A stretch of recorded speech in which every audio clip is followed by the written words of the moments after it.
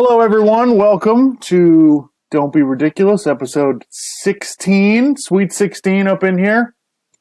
That's right. Just got through a wild weekend of college football games, and, college football rankings are out. So we see who's in the playoff, who's in the bowl games.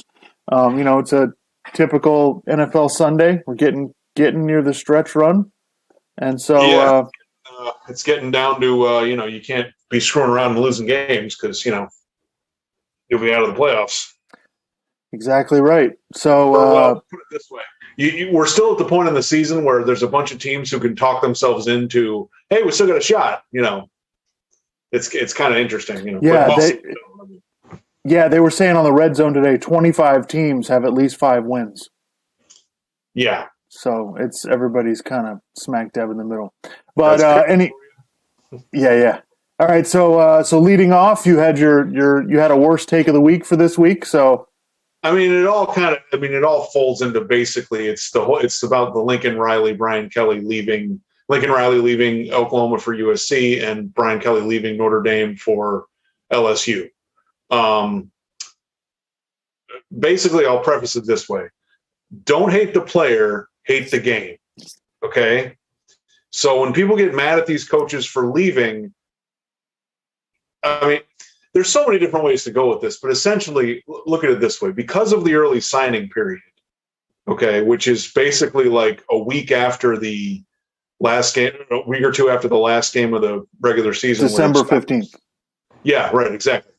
So because of that, and it's not like players have to sign, but a lot of them end up do early sign with the teams they're going to play for. Right. So if a school wants to hire a different coach, they're kind of in a bind because you got to do it. Because otherwise it's like, oh, well, you're just going to miss out on potentially recruiting these other guys to your team. And then your team will be bad. And then people will be upset at the new coach you just hired, who you had to wait for till January or whatever it is. Yeah. And just to add on to that real quick, it's a really important point. It's not just, you miss out on a year of recruiting, especially if you're in the SEC, you're going to have to play against those players that you didn't get to recruit. Yeah. So it's not only you don't get them on your team, you now have to fight against them when you play them. So it's a very good point. So basically my whole thing is it's a really shit take, or it's crappy, or whatever you want to call it, when people criticize this and say, oh, this is so awful and terrible and whatever. Okay. It's the nature of the beast. Okay. This is, especially in the SEC, this is how things are. So people are like, well, what do you want to do? Just give up on that? Winning's not important? Like, I feel like some of the people that are criticizing this are the same people who would, like, if you had a bad year, they'd go, oh, what the hell's wrong with this guy? And it's like, well, what? I thought winning wasn't the only thing, And I guess, the main, there's a bunch of takes on this that were kind of ridiculous because I felt like I heard people fine with Lincoln Riley because Oklahoma didn't have a chance to get in the playoff, and people were upset with Brian Kelly. And I'm like, guys, it's basically the same thing, And the worst take that Skip Bayless was all over this because he's in Oklahoma. So yeah, one of the worst takes I heard this week was Skip Bayless, of course. He was saying that because he's an Oklahoma fan, he's a University of Oklahoma fan. And he was saying that he was really upset with Lincoln Riley because he's like, oh, he must have been working on this the last few weeks when they should have been focused on getting into the playoff. And I'm like, I bet you he wouldn't have a problem with it if Oklahoma was to hire somebody else in the middle, late in the season or something like that to come be the coach of Oklahoma away from another school that's, trying to win games and win their conference or whatever else. And by the way,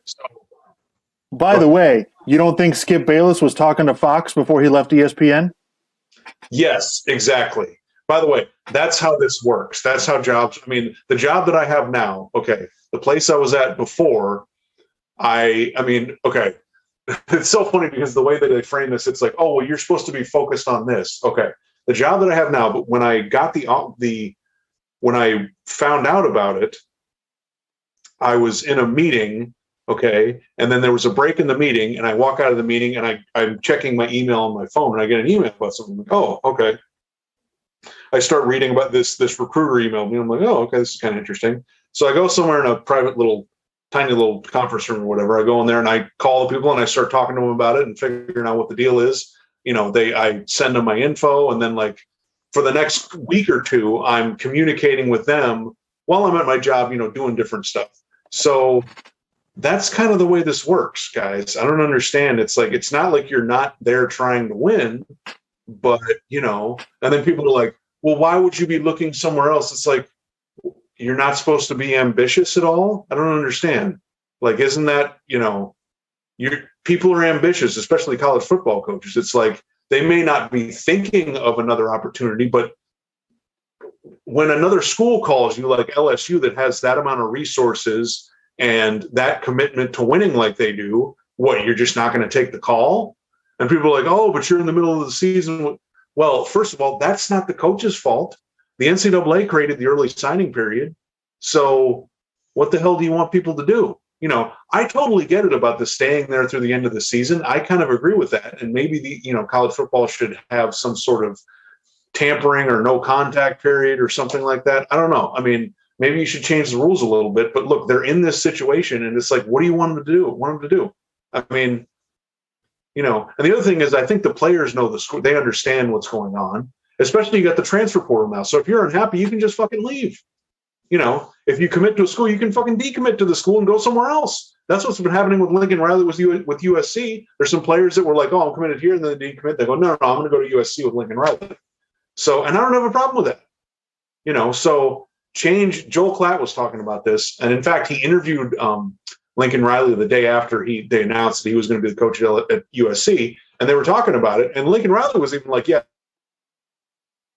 this is ridiculous for the coaches. It's ridiculous for the players. It's ridiculous for the schools. Like, they need to do some change here because, I legitimately, and people may think I'm naive, I legitimately don't think the coaches are out there trying to make the school look bad, or they legitimately don't give a shit about any of the athletes or their coaches or whatever else. It's just, this is how things work. When an opportunity comes along, you can either take it or not. I mean, people are going nuts about it. And it just feels like it's one of those things where it's like, well, if it happens to me, it's wrong. But if it happens to somebody else, I really don't give a shit. It's like, well, that's a completely morally vapid, stance on something. That's not really that's not really a good stand on a particular issue. So I'm trying to think. I probably have a bunch of other stuff to say about this, but do you have anything you want to say? Yeah. It's not Brian Kelly and Lincoln Riley's fault that this is the way the system works. And so that's what happens. At the beginning. Don't hate the player, hate the game. Okay. Right. That's the best way to describe this. So there was an article in the USA Today basically saying that, Brian, this is damaging to college football, and this is worse because you're messing with the playoff, and they have a chance to go to the playoff, and all of this, whatever. And I loved Brian Kelly's response to that when he was interviewing with Reese Davis, and Brian Kelly was like, look, I don't play the game. The players do. He's like, I'm not out there on the field. He's like, so the fact that I'm not there shouldn't affect, for a game or two, shouldn't affect, what happens. And I tend to. The thing that I don't like I was saying earlier, a lot of people seem to imply that just because a coach leaves, it means that he didn't care about any of the players.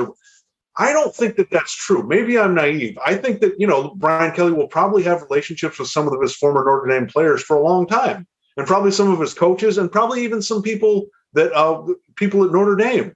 Okay. But, him leaving, I don't think changes that.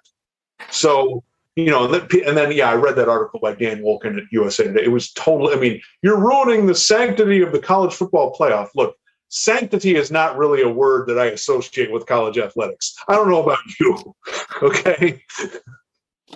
Yeah. I listen, and I don't like the way that's like, I don't like that. I don't like that Kelly, has to leave right before, the team. Yeah, I don't like it either. Yeah. I don't like it. I don't think that's the way it should be. I think the signing period should be moved back. And the other thing is that college football is now, they're creating a problem because now these coaches are leaving before the bowl games. Like, there's a story out today that the Oregon coach is going to take the job at Miami, which they haven't even fired. Miami hasn't even fired the coach yet. I don't know how that's supposed to work, but he's supposed to take a job. So now Oregon doesn't have a coach. We're 10 days away from the signing day, and it's going to ruin all these bowl games that are supposed to be a big deal. So So you know, it's again, this is a college football issue. It's college football's fault and the NCAA's fault and the Power Five conferences and the TV networks. It is all their fault that they have not, you know, put somebody in charge. It's $1 billion business and we don't have anyone running it. It's just it makes no sense. All the professional sports, they have commissioners, they have boards of directors. Like, you know, the other thing, like a perfect example of this is like the conference commissioners all got together the other day to talk about the playoff. They've been talking about this for like 6 months and they don't have anything done. Yeah. Because honestly, they don't, in my opinion, this is my opinion now, I don't think they care enough. They really don't. Because if they got their staffs together in a room, they'd have this figured out in a couple of days. There's a lot of ins and outs and everybody wants different things, but they could figure this out easily. It's not a problem. So, so the question that I wanted to ask you was, you know, what should coaches do? Or have we already answered it? Is this it? Well, yeah, I mean, they're in this, look, when you're in a fucked up situation, fucked up stuff's going to happen. Pardon my French, but that's the way it kind of goes. By the way, that can be a general rule for life. Okay. You know, yeah, the NCAA should probably change some stuff because look, I'm not against mobility. I don't have a problem with coaches going to different places. And I don't think that it's, you know, people just have this, I don't know what to call this vision of college athletics where it's like, well, if a coach says that you need to come to this school and they promise you that blah, blah, blah, blah, blah, and then they leave, it's like they're pissing on your dreams or something. And it's just like, guys, can we really stop that? Come on. I'm sure, you know, when the coach wants you to come there, yeah, the coach wants you to come there. They want to try to win, and they try to win, and then whatever happens, happens, and then the coach decides I'm going to leave, you know. But the kids can transfer now. If the kids couldn't transfer, I would have a much bigger problem with this. Because of the transfer portal, I don't have nearly as big of a problem with it. Okay. But they need to fix the system so the coach stays there longer so this stuff doesn't happen. You know, because I can't really blame the coaches for it. So look, if you want to, we have to recruit.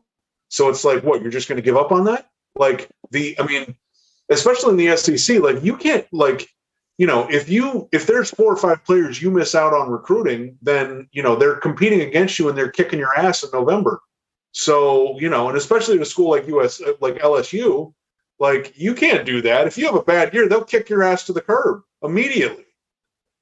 So, you know, it's just one of those things where it's like when people say this is ridiculous. Like I was listening to Peter King's podcast. I was listening to watching a YouTube clip of it, and I understand what he's saying, but he's making a point without context. That's the thing that pissed me off. That's the main thing that pissed me off this whole week. People are making this point without context. Is it in a vacuum? Is it fucked up to leave before the season's over? Yes. Are you considering the other factors that are going on in the system that's in place? You know, because if you're not doing that, then you're saying this is terrible and this is disingenuous and this speaks to his character or whatever else. Like, come on. You're not considering the context. You have to consider the context. Yeah, I don't blame the coaches for doing what they got to do. This is the system that we have. It's not great.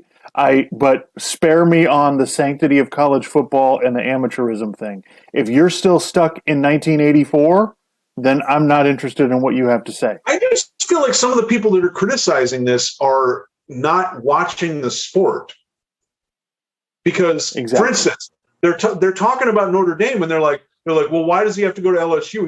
Notre Dame could already make the playoff this year, and it's like, do you watch college football? Like, did you see what happened to Notre Dame the last 2 times they made the playoff?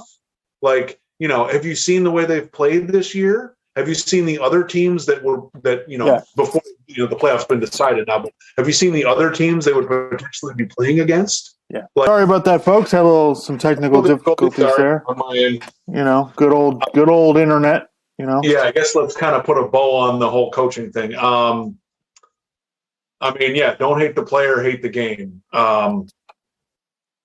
You know, I guess we'll see. The only other thing I was trying to say was, you know, saying Notre Dame really had a shot to win the national championship was kind of ridiculous because if you watch them play, I don't see how you could think that. you know?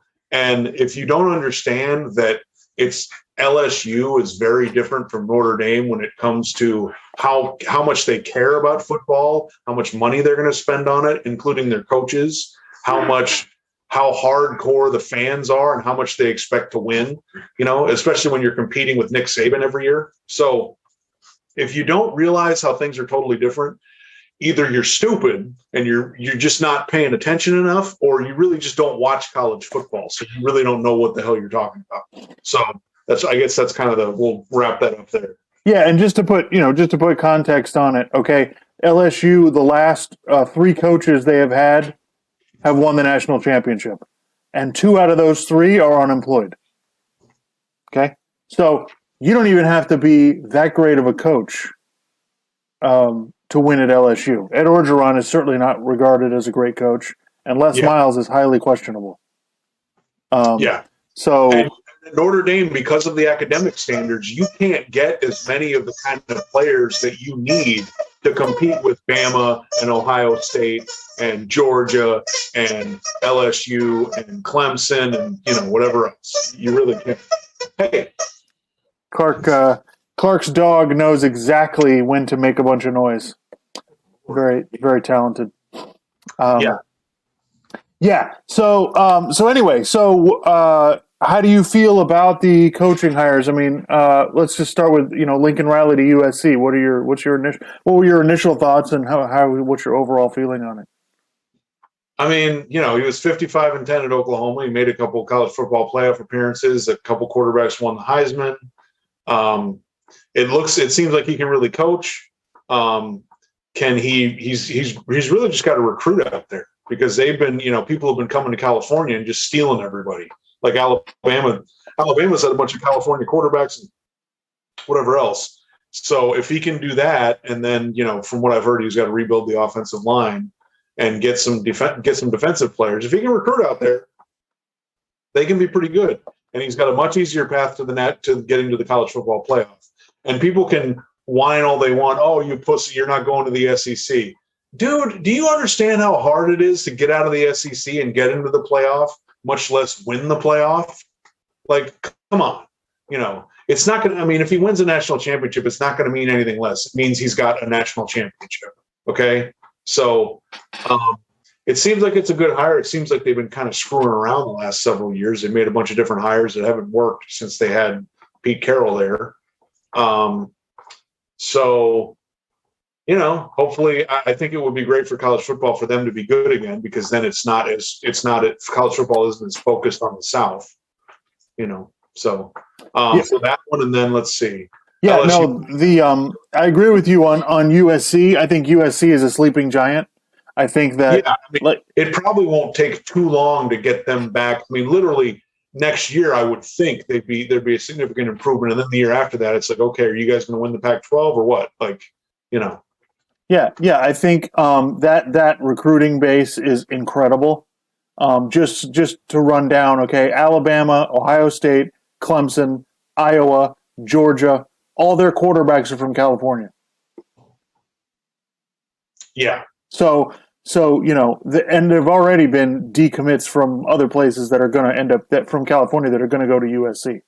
So all you have to do, and the thing is, you don't even have to keep all the kids that are in California. I said you could get less than half of them, and your program would be incredible. And this leads into my bigger, the ducking the SEC thing. First of all, that's ridiculous. You go with the best job. Like, you want to live in Baton Rouge, Louisiana, or you want to live in Los Angeles? USC is something. It's different. Okay, it's different than these other places. All the programs in the South, other than the University of Miami, are all in small towns. It's the same kind of thing, parochial. All they care about is that, Los Angeles is a whole different vibe, whole different I would think that you get a little more leeway with USC, Right. If you're not, again, you can't be absolutely terrible, but, with the SEC, it's like you blow one game, they're like, oh, we got to get this guy out of town. They're just, it's like someone, I heard this old quote, college football in the South is not life or death. It's much more important than that.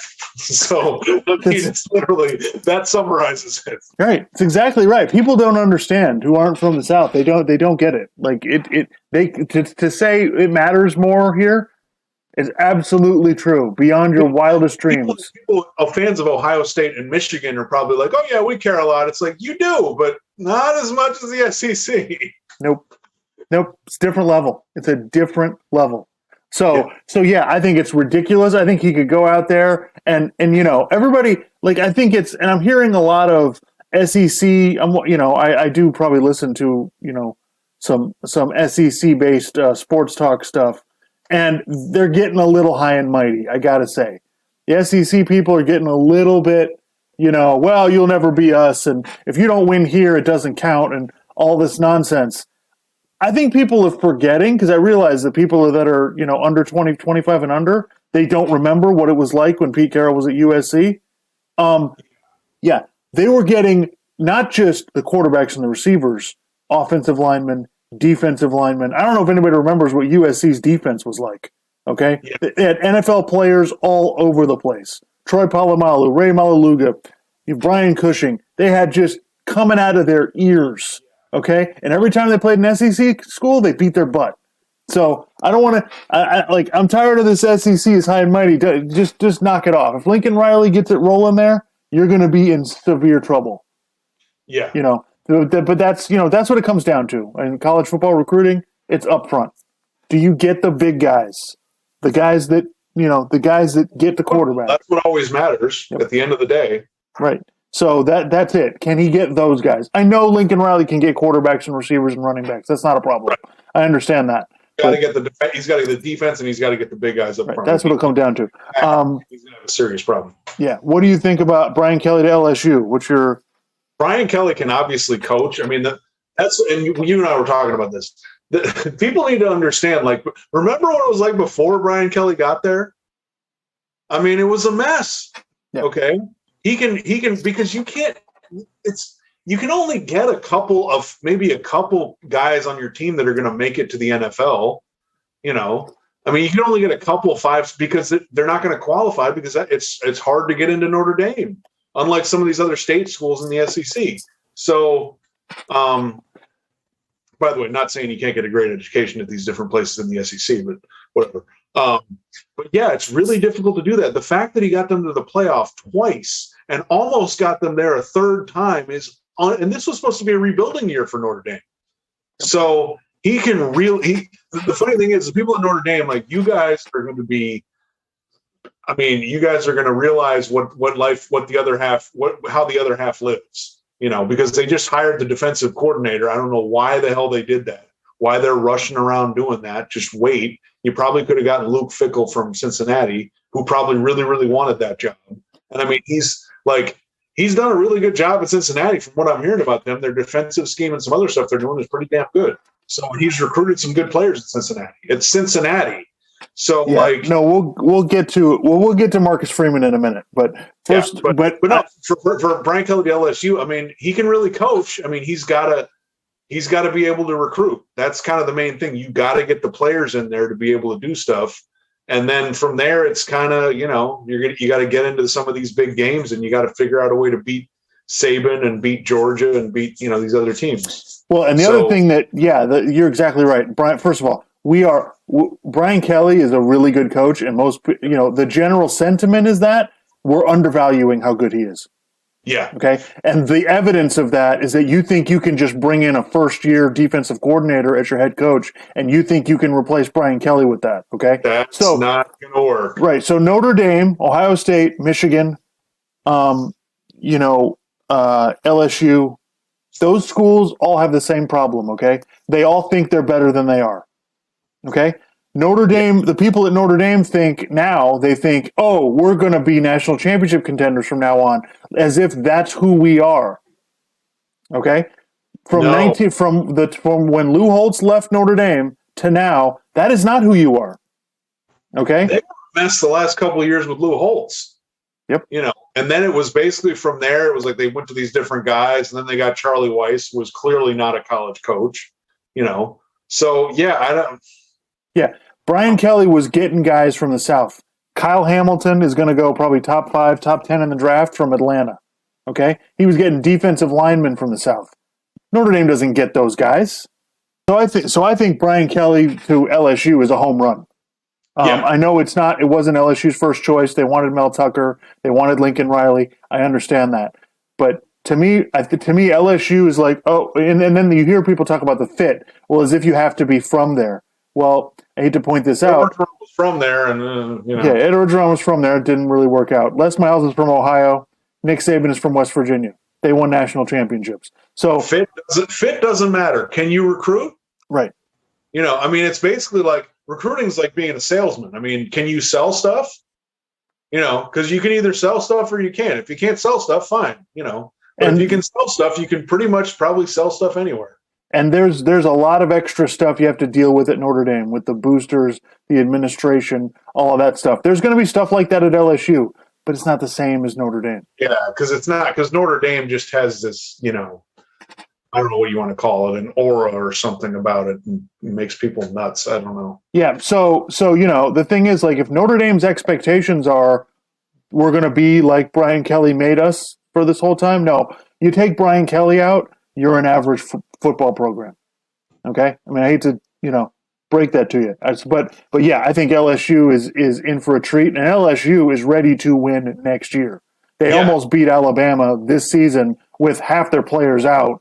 And, Ed Orgeron obviously, couldn't keep it together there. If Brian Kelly can get the right staff, this is the problem. One of the things that Harbaugh had a problem with that he finally corrected is he got the defensive and offensive coordinators, that fit and now that are really good, and now he's carrying them because the guys they had before that weren't getting it done, so he got rid of them. So, I think Brian Kelly's an absolute home run. I think, they we already mentioned this, but, they hired the defensive coordinator. Guys who get, defense, they promoted their defensive coordinator. Guys who have never been head coaches before that, the assistant that becomes the head coach doesn't usually work out, especially in college football. Okay? There's few examples, right? Jimbo Fisher was the assistant at Florida State. After Bobby Bowden left, they ended up winning the championship. They were kind of getting him ready for that before Bobby Bowden left. Right. Yeah. So yeah, there's not a great track record with the assistant coaches, and I just think Notre Dame is a different job.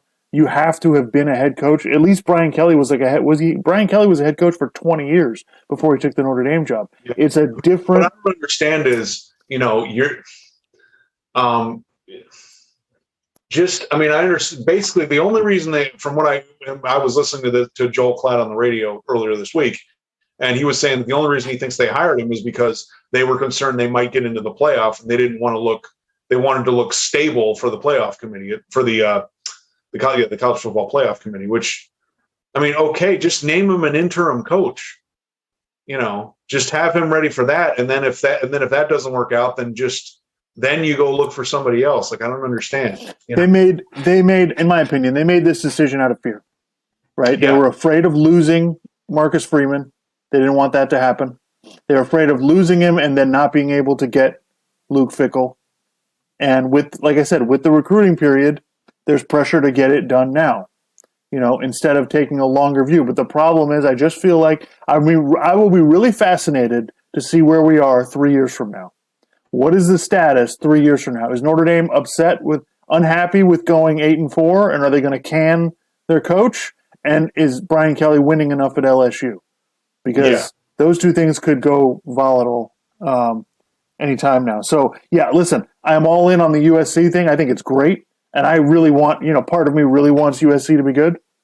That's part of it, because it would really help college football. Because as I brought up before on this podcast, as soon as USC went south, and Pete Carroll left, and Mac Brown left Texas, Nick Saban and Dabo Swinney took over.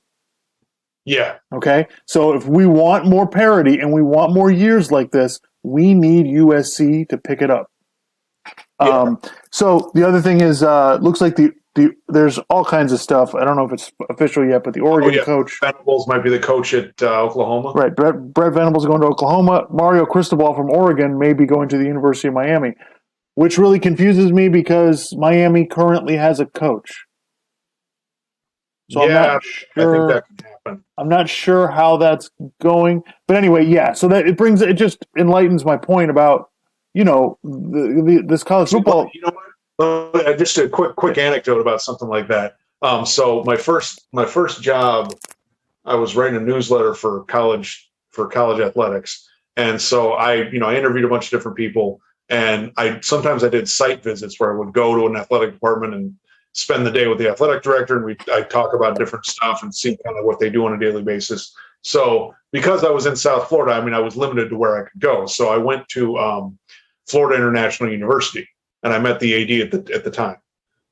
Um, and so I met him. We had a good day, whatever. A month later, I'm listening to ESPN radio, and they're like, "Oh, we're now interviewing the new athletic director at FIU. It's this guy who was not the person that I spent the day with." You know. And then it was funny. I was doing another newsletter for a different aspect of higher education, and I did another site visit at FIU with this administrator, and I happened to mention that, and he goes, "Yeah, that wasn't handled that well." In terms of getting rid of the other guy and then bringing the other guy in. So this situation reminds me exactly of that. So it's kind of, it's like, yeah, maybe that would happen. I don't know. We'll see. Yeah, I'm not as bullish on somebody taking the University of Miami job. I think because of the way Florida is, where there's so much competition for recruiting, USC doesn't have the same problem. The Pac-12 is not. Miami's a private school. Well, so is USC. Yeah, so is USC, but USC is in California, and it just seems like, Miami, I mean, well, USC is, and they're not, okay, they're competing with UCLA, but UCLA is not as, like, football-centric as USC. UCLA is like, we want to win national championships in all these other sports, all these Olympic sports and all this other right, stuff. USC is more like the Yankees or the Lakers. Like, if you're Exactly. good in California, you're going to USC. Yeah, exactly. But the problem Miami, in Florida is you have UF as a state school, Florida State is a state school, and then you have you got FAU, FIU, University of South Florida. You have a bunch of others that can kind of. So it's a lot tougher, I think. Yep. All right. So we'll get off this coaching stuff. All right. So let's get on to the results of the games this weekend. All right. Were you shocked or surprised with what happened with Georgia and Alabama? I was surprised because of everything people have been saying all year. I don't know if maybe Georgia wasn't as up for the game because they're like, we're going to be in the playoff anyway. But yeah, it's kind of concerning when, you didn't really play a close game. I mean, you played a close game the first week, I guess, against Clemson, but beyond that, you didn't play a close game. And you were kind of unsure about your offense. You were unsure about Stetson Bennett, and Stetson Bennett was pretty bad. He had some bad turnovers, and and then it's like, well, how is Alabama now? Alabama's credit, I don't know. Like, people are like, how are they going to block Georgia? And they seem to do a pretty damn good job of it, And Bryce Young he probably won the Heisman because of his performances the last 2 weeks. So I guess I'm not too surprised. I mean, I guess I'm a little bit just because, Alabama have been pretty inconsistent all year, but it's still Alabama. Bryce Young is really talented. They still have really talented receivers. And so I guess, if they get the offensive line to kind of put it together, then what do you expect? I mean, they're probably going to be really good. So, Georgia's got to figure out. Georgia may end up going with the other quarterback. I mean, because they got to figure something out because – if you're not going to be able to stop Bama like that, then you got to put up, 38, 40 points to beat it. So, yeah, I was, a little surprised, but not shocked. Is how I would put it. Georgia was only like a 7-point favorite, right. Which is not that big a deal. And I was surprised that they didn't have as much of a pass rush as I thought they would have. And they couldn't cover, they just couldn't cover the receivers at all. But then again, like I said, if you don't have a pass rush, it really doesn't, like you can't cover the receivers anyway.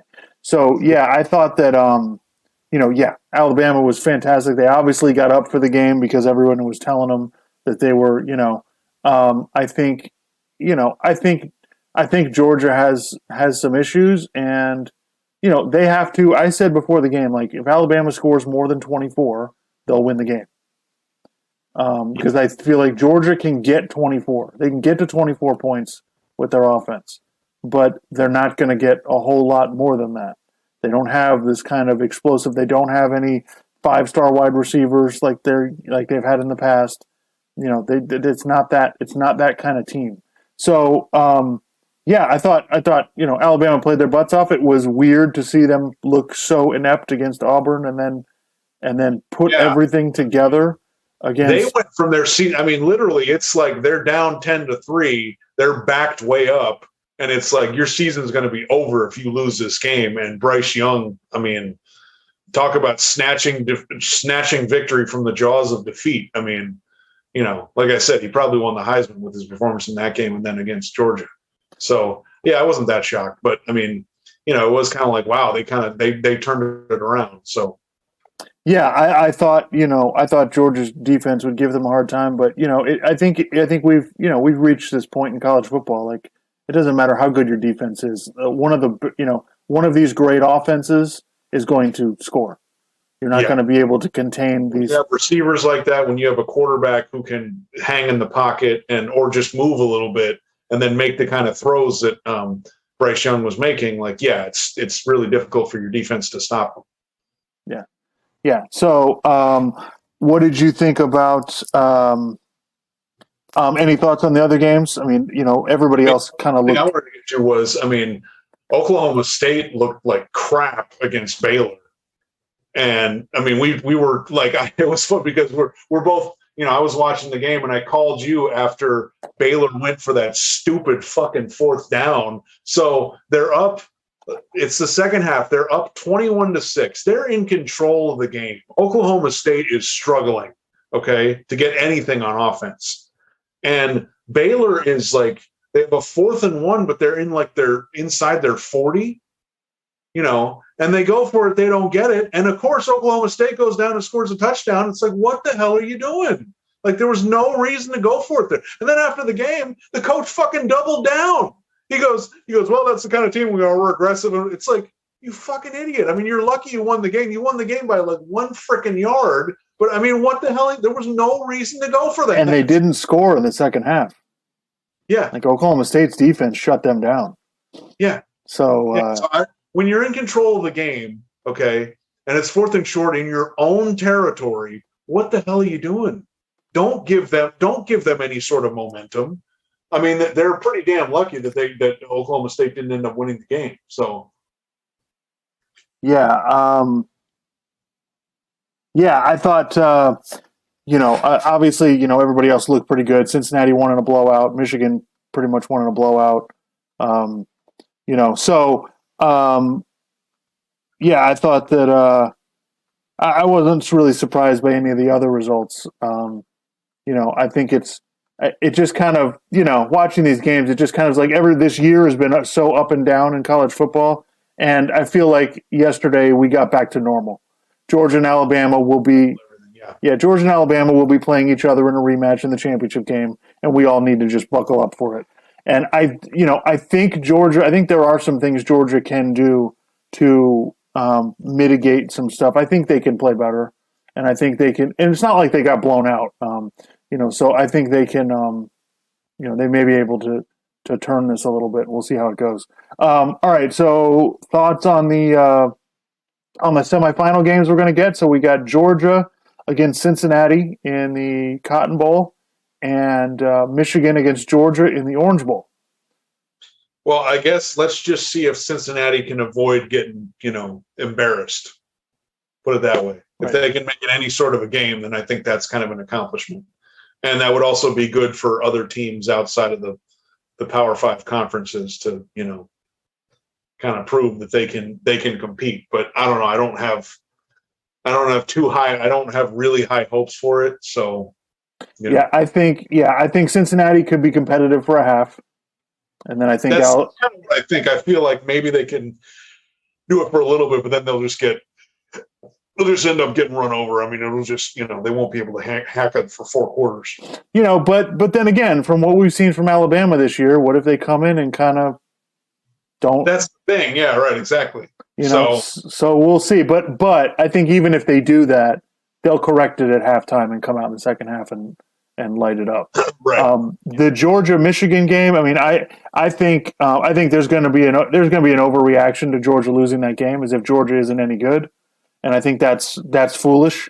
I think Michigan has to be able to run the ball.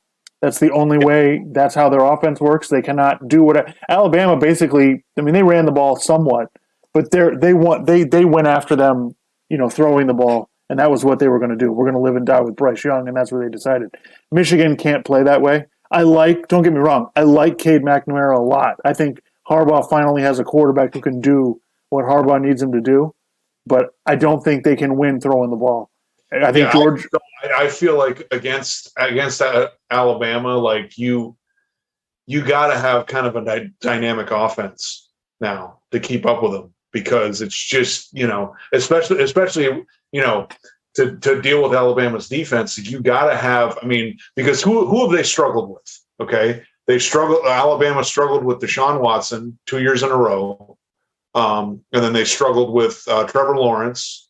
And then they had problems with like Johnny Manziel, Joe Burrow. That kind of dynamic, those kind of dynamic quarterbacks, like they kind of have a problem with. And I just don't, unless they can really, really run the ball, which maybe they can. I don't know. It's been a weird year for Alabama, but I don't really see it. Yeah, I mean, now, and the thing is, maybe Georgia, for whatever reason, the particular matchups don't lend themselves to Georgia being able to pass rush against Alabama. Michigan is a better pass rushing team. They have two guys that are probably going to be first round picks, so they are probably better suited to play that way. So maybe Georgia's only favored by 7. I think it's a competitive game. I just think in the end, Georgia can make Michigan one dimensional.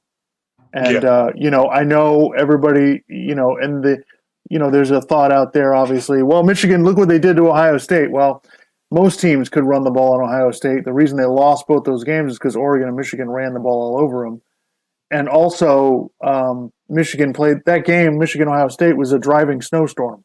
So Ohio State was they were relatively limited in what they could do offensively. So, but I do think it's a competitive game because, like I said, it's not as if Georgia has an offense that's going to score 40 points. Right, exactly. So so they maybe but it probably keeps both teams in the game, and it's probably relatively low scoring. But it is going to be in Miami with good weather, so we'll see how that goes. But I'm really excited about it. I think these are good semifinals, and I'm kind of excited to see how it goes. So I want to address all the criticism from the media about the college football committee and the playoff and who's getting in and all of that. So first of all, I just want to say the committee nailed it pretty much 100%. Yep. So I'm not really interested in hearing, oh, well, you can't do blah, blah, blah. And I keep hearing the selection show. Who made was it Herb Street? Someone made the point that said everybody criticizes this throughout the year. It was built to get it right at the end. Right. Okay. And for the most part, I think ever since they started this in 2014, they get it right in the end. Okay. Yep. So people need to kind of slow down. It's like, Cincinnati, like they slowly moved up. And, a month ago, we're like, everybody slow down. Just if they keep winning, and based on some other stuff that might happen, they can get in there. And then they move up to 5 and people are still like, how can they not? And it's like, guys, they're up at 5. It's like they're right there. Like if they keep winning, they can probably move up, And by the way, I don't necessarily think they're one of the top 4 teams in the country, right? But I don't have a problem with them being there. I think it's deserved. I mean, look, they beat Notre Dame. They beat a ranked team yesterday. They beat who else did they beat? They beat another ranked team, I think. Yeah, SMU was ranked at one point, but they're not ranked now. All right, So, and look, and they actually looked kind of impressive the last few weeks. They just put up a lot of points on some of these people. So, okay, so I don't have a problem with them being there. But, it's like, guys, like I said, if they get it right in the end, who cares about the rest of the stuff? Yeah, all the media people I was reading all the articles after the first rankings came out at the beginning of November that, oh, they'll never put Cincinnati in. They just refuse to do it. There's no scenario where they'll put Cincinnati in because if they won't do it now, if they can't get in now, then they'll never get in. It's just like, what are you? Dan Patrick was like, they grudgingly ranked Cincinnati 4. I'm like, how do you know that it was grudgingly? Were you in the room? Like, what the fuck? What I think is happening is we're taking these things that we used to bitch about the AP poll and we're applying them to the committee. And it's like, no, it's different. Yeah. This isn't SIDs just filling something out based on, they're completely biased because they work for the schools. This isn't the same thing. So it just kind of drives me nuts. So yeah, everybody complaining about Cincinnati, like they got in. And now listen, did it kind of work out? Yeah, it worked out that Oklahoma State lost. It worked out that Notre Dame kept winning to make Cincinnati's win look good because Notre Dame could have, lost a few more of these games. They almost lost to Virginia Tech. Like, if Notre Dame had a year like Indiana did where they're 3-8, maybe Cincinnati doesn't get in. But you know what? Right. Whatever. Like they played really well, and especially when everybody was, what you have to give Cincinnati credit for is everybody was criticizing, oh, you're not winning by enough when they struggled against Tulane, when they struggled against South Florida, oh, you're not doing this. And then they came out against SMU and kicked their ass, won big against East Carolina, and then kicked ass in the conference championship. 5-13 at one point on Saturday. So yeah, no, they did exactly what they had to do. All right, so one more thing I want to address with college football, and just real quick on the semifinal games. So I was listening to this on the college football show. There have been 16 semifinal games. 13 of them have been blowouts. Yeah. So it's just we're trying to make it fair and equal. It ain't working out. So I thought that was funny. The other thing is, so I saw this on Twitter. This is typical to what happens in college football, right? Georgia loses the game. And all of a sudden, everyone wants to go, yeah, but Georgia wasn't really that good. They're kind of, they were kind of fraudulent. And it's like, wait a minute. They played in the SEC and they beat everybody. Right. Wait just a minute. Okay. It's like, that is completely ridiculous. I'm looking at Danny Cannell's Twitter and he's like, should Georgia, I hate saying this, but should Georgia really be in? And I'm like, oh my God. Like, are you kidding me, man? Are you kidding me? Like, you guys have been singing their praises the whole season. Now, what did happen, though, is people got hyperbolic, acting like this is one of the greatest teams of all time. I never felt that way. Never. There is no greatest team of all time in this season at all. There's no team like that. So that was ridiculous from the beginning. Their defense is awesome, okay? But I'm watching that offense. You could see it with that offense. I'm like, okay, this is not anything close to what we've seen in the past 2 years. Alabama last year, LSU the year before that, Clemson the year before that. Those three teams would beat the snot out of this Georgia team. So I thought that was ridiculous. But and the other thing that drives me nuts is people with the strength of schedule statistics. Okay, no, well, look at this strength of schedule. Strength of schedule is based on record. Okay, win-loss record. So you really think 8-4, an 8-4 Iowa team from the Big Ten is better than Auburn at 6-6? Really? Like, we've watched them play. Georgia beat Auburn with their quarterback. Okay? Alabama had a hell of a time beating Auburn without their quarterback. Auburn went to Penn State and beat them.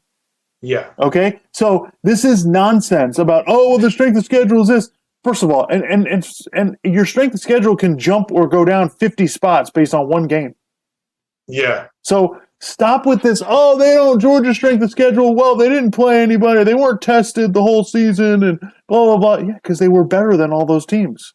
Yeah. Like, you can't just straight up give me strength of schedule. And the other thing that's disingenuous about that is people are going, they blew everybody out. Well, if they were in a bunch of close games, you'd hold that against them.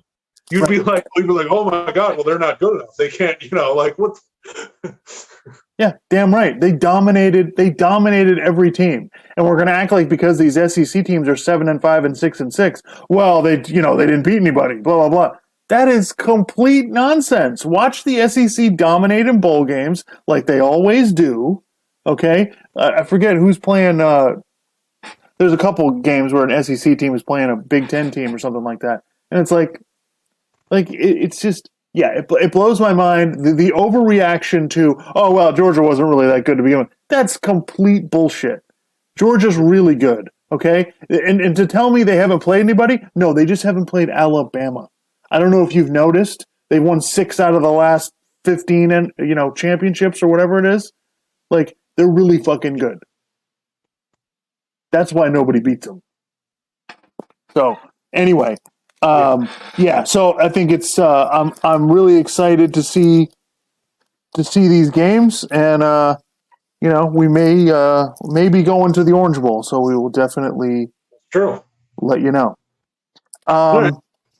All right, so do you want to talk about the what happened in the NFL today? Sure, yeah. I mean, I was kind of, I guess, because we've talked about Tua so much on this podcast. I mean, I was impressed today. I watched. They played the Giants. Obviously, the Giants are they suck. But I was impressed because Tua, like we were talking about last week. I think that article we read about Tua is the best RPO quarterback in the league right now because they do RPOs so much, and so he's kind of established that. And then in this game, I thought the commentator Daryl Johnson was really smart. He was saying that they like to do quick passing, and the Giants are trying to muddy everything up, so he can't just make a quick read. So he has to sit back there and make more reads. And it's not like he didn't make any quick passes in this game; he made a bunch of them. But the Giants were kind of some of the quick passes. He'd make the throw, and the defender would be right on him because the Giants that's what they were expecting. So it kind of became a thing where I was like, all right. If he's going to progress, and this is kind of how things go with quarterbacks, right? You play one way, the defense goes, okay, we're going to take this away from you. Can you do something else? There has to be another layer, And he had Devontae Parker back, who had been out for a month, Devontae Parker's a taller receiver. So, Tua threw a couple back shoulder fades to him that were pretty nice. I mean, there was one play they were up 17-9. And so they had the ball with like 4.5 minutes left. So at that point, it's just like, let's keep the ball and run the clock out or run the clock way down, maybe get a field goal, maybe get a touchdown. And it was third down. It was like third and long. And I watched the play. Tua drops back. There really wasn't anybody there. And he threw a back shoulder fade to Devontae Parker and got the first down. And then 2 plays later, he threw a pass over the middle, over a defender to Gesicki, which got another big completion. So that basically, without those plays, they wouldn't have kept the drive going. So then he was able to get a few more plays and get the ball down the field and they kick a field goal to get up 2 scores. The rest of the game, he started off the game insanely accurate, which is starting to become a thing where he was just hitting basically everything. I mean, he had a couple drops, otherwise his completion percentage would have been even higher. There was some stuff I saw, and there were some plays that got left on the field where he threw some good passes and the guy either dropped it or the defender knocked it away. So, you can kind of I can have a little bit of optimism now, where it's like, okay, the offensive line's playing a little better. He has Jalen Waddle, who's probably going to end the year with over 100 catches. He's got 86 right now. Devontae Parker, he's good. Gesicki's good. They got another tight end who I think caught a touchdown today. And that was a good pass too. He threw the ball toward the corner of the end zone and over a defender. So there's a little bit of optimism. I mean, the offensive line's got to get better. They got to be able to run the ball. Their defense is pretty good. They probably need some more playmakers, but it's kind of one of those things where it's all right, I can see a path forward where the Dolphins could be a team that's regularly competitive. I'm not calling them a contender or anything, but I'm just saying they could win some games. They could be in the games against teams that they can beat, So, now I'm not going to go way overboard like Dan Orlovsky this week on ESPN saying, I think once you get some talent around this guy, he's going to be Drew Brees. All right, slow down. Okay. I guess the comp would have to be Drew Brees given to his size and the fact that he doesn't have a big arm. But Drew Brees is forget quarterback. Drew Brees is an exceptional human being. Okay, so let's not start comparing him to Drew Brees yet. Okay, let's slow down. Right. But there's some optimism. I can see a path forward. So that's good. Yeah, Dolphins have won 5 in a row. Yeah. I realize, they haven't beat the best of the best. And I think you're correct. Tua is getting a handle on what to do. And when he is in rhythm, he is an incredibly accurate thrower. Yeah. He is on a level, 80% the past 2 games. And then this game, I think he was 70. This was like 75%, 76. So yeah, it's, and I think you can see with 41. Yeah. So you can see with the back shoulder stuff and the whatever, he's starting to be able to push it a little more down the field. I think I kind of agree with what Trent Dilfer was saying. He's like, I don't know that the Dolphins offense will be like explosive next year either. That's probably right. I mean, because the offensive line is going to have to get much better and they need more. He probably needs more weapons. He probably just some of it is he needs more experience reading defenses, but Yeah. So, listen, no complaints about Tua this week. He is doing, the bottom line is he's doing what is asked of him and he is doing it efficiently. And you can't really get, for a guy that's got 16 starts, you can't really ask for a whole lot more than that. Yeah. And then plus it's like, look, they drafted Jalen Waddle. He's really good. And he's not just somebody who's running really fast. He runs routes. They were breaking down a route that he ran today. He runs routes really well, which that's a sign to me that you can be a productive receiver for several years in the NFL if you can keep doing that. So, and him and Tua obviously have I don't know if it's just because Jalen Waddle runs routes a certain way or it's because they played together at Alabama. I don't know what the deal is, but they obviously have a thing where it's like, I'm looking for Jalen Waddle all the time. Well, and he's got good chemistry with Parker, obviously. He's got good chemistry with Gesicki. So, the Dolphins are on now. So we'll see. The Dolphins have a bye week. Then they play the Jets at home. And then they have 2 road games at New Orleans and at Tennessee. We're going to find out if this team is actually good or they're just beating bad teams. So that's the part that's hard to see right now because New Orleans. I mean, granted, New Orleans is not that great of a team, but playing in the Superdome is really tough. Their defense is good. Yeah, their defense is good. It's not a slouch. It's not a slouch defense that you're going to play. And when you have to go play at Tennessee, Tennessee's pretty good on defense too. So it's not. It's a different animal when you have to go do this stuff on the road against pretty good teams. So we will see. I'm kind of excited, and it's crazy that after the Dolphins were basically buried, if they beat the Jets, they're 7-7. And I think I pointed this out a couple times. I mean, remember they almost beat the Jaguars and the Falcons. If you flip just one of those games, they're 7-6. You flip 2 of them, they're 8 and whatever it is. So it's like. That's kind of what's funny about the NFL. It's like most teams, you can kind of flip a couple things and they're right there, So that's why I'm not like jumping off a cliff about the Dolphins anymore because it's like, all right, I can kind of see, if they can have a good draft and get some more pieces in there, then okay, I'm trying to think beyond that. I mean, we were watching the end of the crazy Steelers Ravens game where the Ravens tried to go for 2 to win the game and they didn't get it.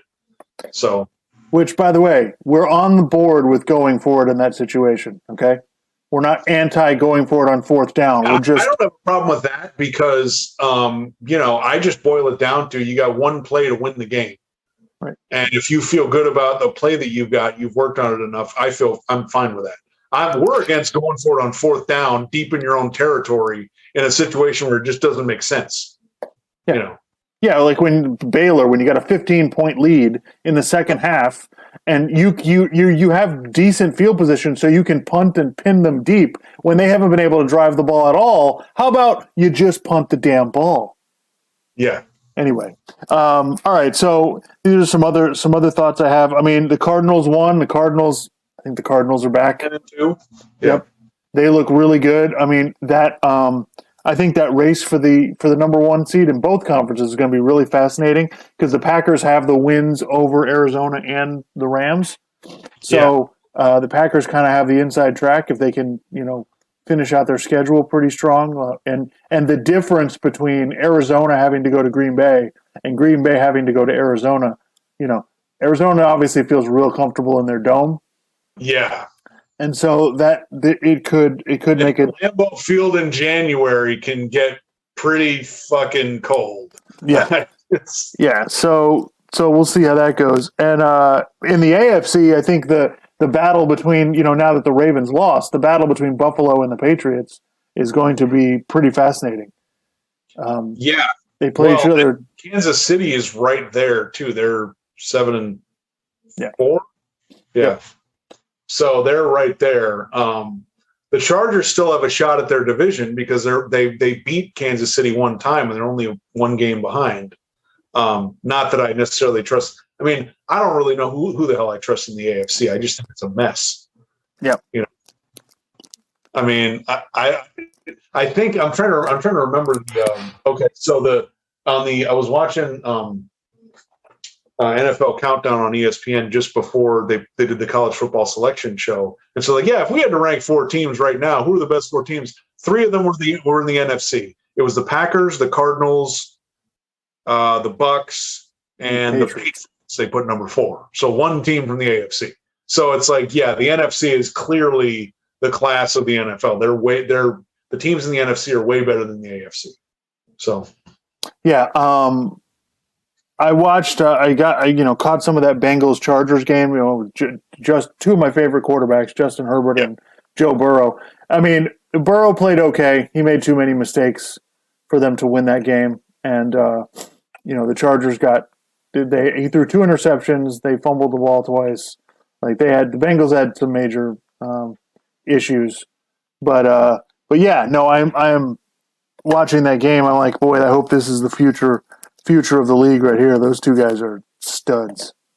Yeah, they're really good. It was funny because I'm watching the Dolphins game and I'm like, Tua's playing pretty well. And for Tua playing well, it's not like it's one of those things where you watch him. It's not like there's a few throws where I make that's pretty awesome, right? But then they show a clip of the Chargers Bengals game, and there was a touchdown pass that Herbert threw where he rolls out to his right and then throws 50 yards to his left on the other side of the field for a touchdown. And it's Tua's probably never going to have a thrower holy shit, Tua has some throws. I'm like, that was nice, but Hus Herbert, it's oh my God, is he from another planet? What the Yeah, who is this guy? The Baltimore Ravens ended up losing that game. They're 8-4. I don't know how the Ravens are 8-4 because they get credit to their coaching staff and they have a good culture. Lamar Jackson. Yeah, Lamar Jackson. It's Lamar Jackson. They have pulled games out of their rear end the whole season. They almost did it again today. I don't know. I don't see how this lasts. But everybody's talking about. We talked about this last week. Aaron Rodgers is probably the MVP. Probably should win the MVP, and he's not going to get He's not going to get any votes because he embarrassed the media. He embarrassed the media. He made Green Bay. He made the whole media look bad. Green Bay media look worse than normal, and so that made the national media is pissed off at the Green Bay media for not asking tougher questions. And they will not. These sports writers, they hold grudges. As much as they try to act like they're unbiased, they hold grudges, and so I don't think he's going to win it. But if you're asking me, I'm rooting for Rodgers to win the MVP, win the Super Bowl, and win the Super Bowl MVP, just as a giant middle finger to everybody. Absolutely right. Absolutely. Not that I'm against getting vaccinated, and not that I don't think Aaron Rodgers is kind of a dumbass, but I just feel like these people getting sanctimonious about. You got to do it.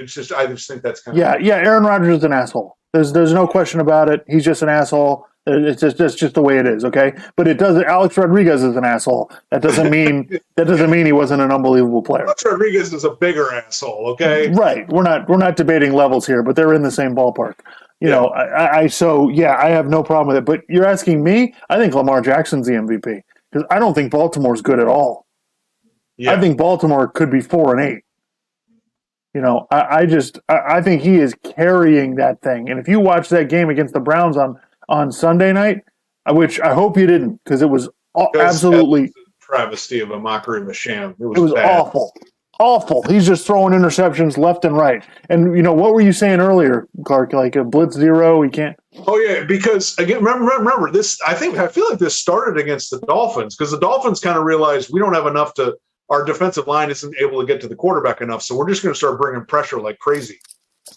And he couldn't deal with it, and they've been kind of doing that ever since. And it's like, dude, get rid of the fucking ball. Like you can like. What I don't understand is I'm watching on TV. It's like, and you see 7, 8 guys in the box, like up. It's like they're coming. Once you snap the ball, you better know where you're going with it. You need to get the ball out of there, And even on the broadcast today against the Steelers, Romo was even saying that. He's like, I think Lamar Jackson's really great, but he's going to have to. He's got to figure out a way to deal with this. These casino blitzes because they're going to try to get you. They're going to try to get you with that in the playoffs. So, and like one of the plays they were showing, it's like, dude, you had a guy that was like cutting across. Just throw it to him. Get the ball out quick. Quit trying to be like Aaron Rodgers and just sit back there and wait and try to hit a home run. Like, you can't. But he's what, 4 or 5 years into the league? Yeah, that whole thing is weird to me. I don't get it. It's like you should be able to do this by now. Like this is you should be able to figure this out. This isn't that hard to do, especially for a quarterback who's been around a little bit. Like, you should be able to handle that. But the thing is, he's so amazing that I think he kind of gets away with it because he'll just end up making a play anyway. So, right. It's just, but you can't, but the thing is, you can win games in the regular season. You can kind of survive on it, but you cannot survive on that in the playoffs. If you can't deal with that in the playoffs, it's kind of like, with Josh Allen, he's got a real problem with taking huge sacks. Like for big losses, okay, because he's trying to make something happen. He's trying to like get away from it. It's like, dude, you either need to take the sack or throw the ball away. Okay, quit running backwards because you're not as nimble as Russell Wilson in his prime. Like, dude, he's done that in the playoffs. He did that against the Colts in the playoff game last year. He lost like 20 yards on a sack. It's like those are the kind of things you can't do. Well, and they make it worse because he ends up running backwards. And, sacks are better than interceptions. Yeah. But you gotta move forward. Yeah, Josh Allen definitely. The thing is, you take a 15-yard sack, you could knock yourself out of field goal range at an inopportune time in the game. Yep. So, and odds are you're not going to complete 3rd and 15. Yeah, Josh Allen has a lot of Carson Wentz in him. It's not quite that bad, but they think they can make a play no matter what, and you just can't. And so that is the nice thing about having Tua is he doesn't really do stuff like that. First of all, he doesn't feel like he can. He doesn't have the arm strength. Right. So first of all, he doesn't have that kind of athleticism where he could even pull plays like that off. But so we came. I saw this scrolling across the ticker yesterday that Big Ben, this will be his last season. Ben Roethlisberger. That might be a year too late, but yeah. Feels like we'll go back to our thing. Like, do you need a quarterback? Okay, then draft one. Like, not sure what you're. No, we don't need a quarterback. No, we're fine. Not sure. I'm not sure what Denver and Carolina and Philadelphia and I'm not sure what you're doing. Not really sure what's going on there. So there were some good games to get. I was on the 49ers bandwagon at the start of the season. They disappointed me at the beginning. They started to come back. Started to come around. They dominated the Rams the other week, and then they go to Seattle and just they can't get it done. They let Seattle get 30 points. They allow a fake punt for a touchdown from like 70 yards away. It's just what are we do? I don't get it. I just throw my hands in the air. I don't understand it. Like they're good enough, to be winning these games, but they can't put it together. And you can't beat Seattle. Seattle's 3-8. Like they can't beat anybody. So anyway, so we'll see. We got a good game tonight, Kansas City and Denver, and then there's a good game tomorrow night with the Patriots and the Bills. So I'm interested to see. I want to watch the Denver game because I've had questions. I still have questions about Kansas City, and Denver's defense is the real deal. So prove to me you can put up points, and then I'll start to kind of buy in. because I just have concerns about their offense is just kind of something's missing, Right. So, but yeah, that's all. That's all I really had today. As far as the NFL goes. Yeah, I mean the NFL. I feel like it'll be a good next few weeks because college football is done for until we get to the playoffs, the semifinals at the end of the month. So yeah, it'll be basically just all NFL, and everybody's got to teams got to keep winning if they want to have a shot to get in. So. Yeah, it's going to be an interesting stretch run because I have no idea. Yeah, no idea what's. I did watch. I don't know if we.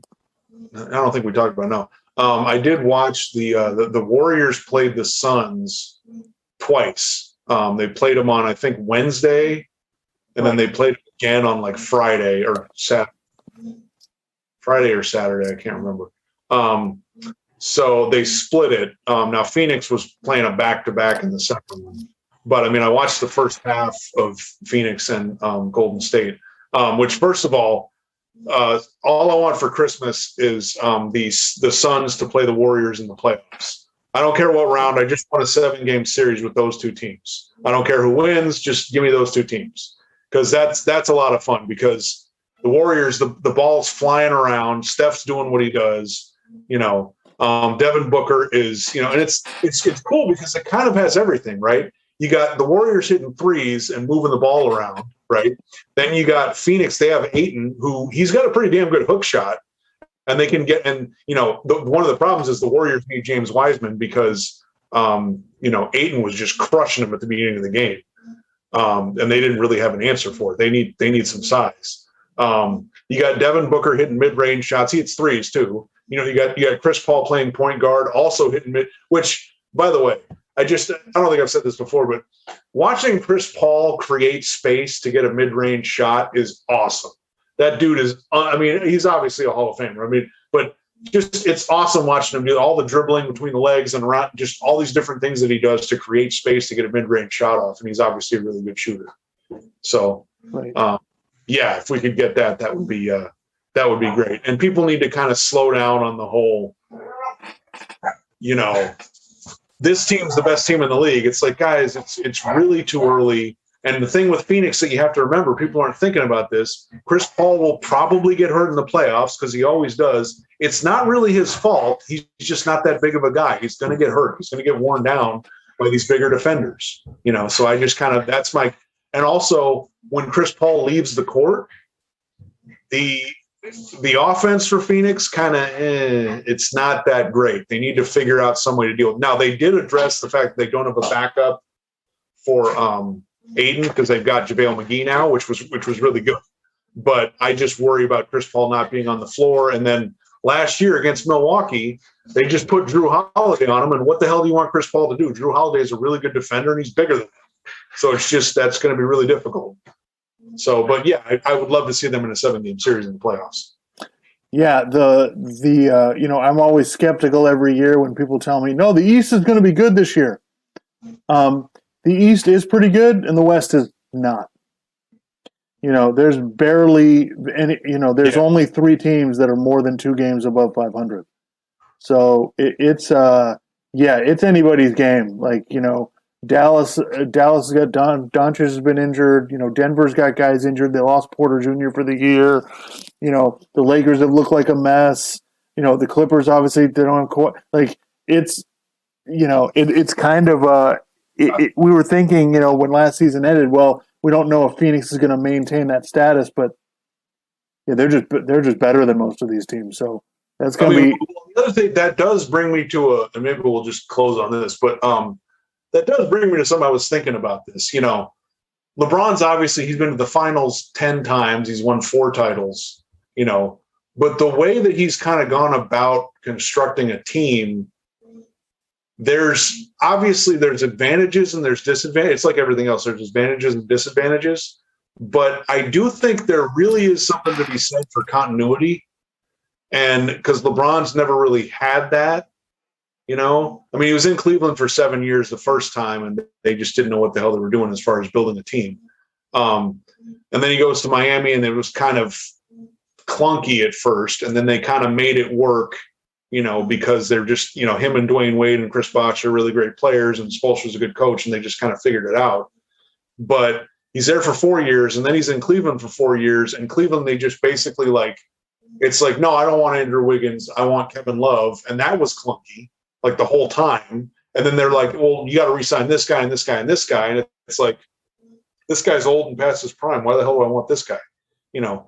So I just wonder if it's, you know, maybe if LeBron had been, now granted, I don't blame him for leaving Cleveland the first time because they weren't good enough, but maybe he would have been better served to end up to either end up or choose to go to a situation and stay there so they can build, because look at Golden State. I'm not saying they're going to win the title this year or next year, but I feel like they're set up for the next several years to be pretty darn good, you know, so maybe they do have a shot to win in the next few years. And they had a couple down years, but they've sort of rebuilt stuff and into a way that's probably sustainable for several years.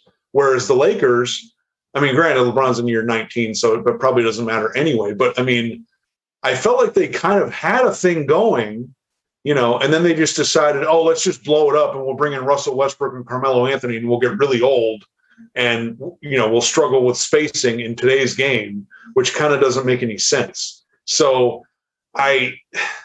you know, again, I don't have a problem with players being mobile and trying to decide who they want to play with because it's your career. But I do wonder about that because, like, for instance, like with Kobe, you know, he ends up with the Lakers. They kind of build the team a certain way. They do bring in some other pieces, you know, over that period. And then they win 3 in a row. Then they try to kind of assemble a super team. It doesn't work. He stays there. They have a few down years. They make some trades. While you know, they made the trade for Pau Gasol, but then they were still building. They had Lamar Odom and they had some other pieces, and it was kind of together and it was continuity. You bring in Gasol, and then things start to kind of. You bring in Derek Fisher, but him and Kobe were already buddies and they'd already played together. So you have some level of continuity, and then they go to the finals 3 years in a row. You know, so there is something to, and with Phoenix, they've got continuity. You know, they were building something, and then they bring in Chris Paul, and Chris Paul's great. So he fits in because they have the right coach, and Chris Paul and him obviously see eye to eye on. And then the same thing with Golden State. They've been building and developing players. So I don't know. That was a thought that I had. Yeah, no, listen, I was for the Westbrook move because I'm for swinging for the fences because I think this is their last shot. So I understand why they did it. And, you know, but so I don't want to jump off a cliff either. It's December. Like right. The way they, you know, we'll see what they look like in February and March. Totally. And so I you know, but you know, they did have a really good thing with Kentavious Caldwell-Pope and Alex Caruso and Caruso's in Chicago right now, and he's playing really well. You know, right? Yeah, I didn't agree with them. You know, giving Talen Horton-Tucker the contract and you know, I thought they should have just given that money to Caruso. I thought it would have been better spent, you know, because, you know, we're acting like there's a young player that's going to take over the Lakers. There's not going to be one. You know, they don't have. Yeah, it's not going to work that way. So yeah, you know, maybe I'm wrong. You know, maybe they should have stuck with what they have because they were really good on defense. And well, I mean, you need perimeter defenders; those are hard to find. Right. You know, and he could hit threes too. I mean, like. So I just feel like it's one of those things where, like, I understand swinging for the fences, but at the same time, it's like, you know, fine, then you got to bring in all these pieces and you got to figure it out. And it's very difficult to do. It's not that it can't be done, but it's very difficult to do, especially over the course of the season, trying to figure out how do we integrate this whole thing together. So, yeah. So, you know, it may not work. And if it doesn't work, I mean, to me, this is it. I think this is their last.